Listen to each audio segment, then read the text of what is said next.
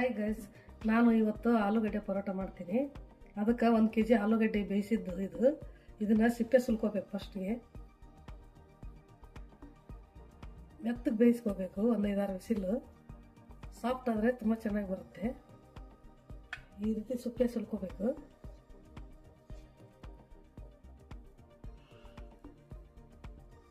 ಇವಾಗ ಸಿಪ್ಪೆ ಸುಲಿದಾಗಿದೆ. ಇವಾಗ ಇದನ್ನು ತುರ್ಕೊಂಡು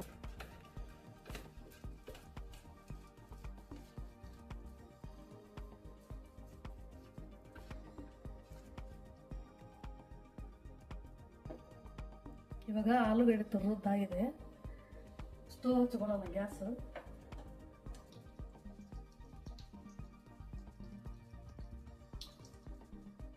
ಗ್ಯಾಸ್ ಹಚ್ಚಿ ಒಂದು ಕಡಾಯಿ ಇಟ್ಕೊಂಡು ಅದಕ್ಕೆ 3-4 ಸ್ಪೂನ್ ಆಯಿಲ್ ಹಾಕಿ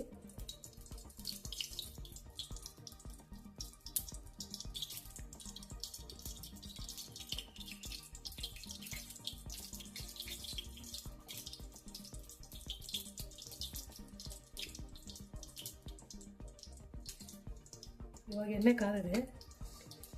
1-2 ಸ್ಪೂನ್ ಜೀರಿಗೆ. ಮೊದಲಿಗೆ ಜೀರಿಗೆ ಜಾಸ್ತಿ ಹಾಕೋಬೇಕು. ಸ್ವಲ್ಪ ಹಾಕ್ಕೊಂಡು 1-2 ಸ್ಪೂನ್ ಕಡಲೆ ಹಿಟ್ಟು.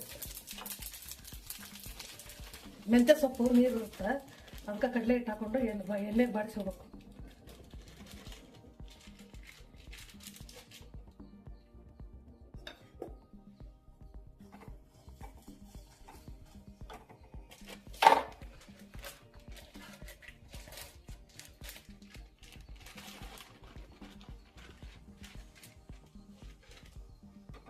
ಸ್ವಲ್ಪ ಹಸಿ ವಾಸನೆಗೆ ಹೋಗಲಿ.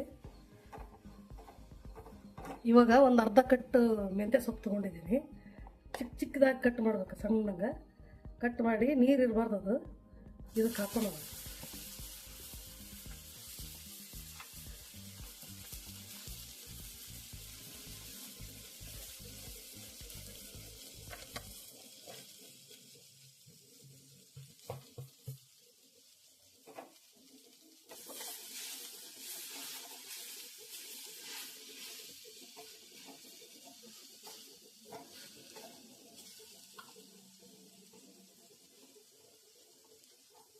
ಸ್ವಲ್ಪ ಮೆತ್ತಗಾಗಲಿ ಇದು.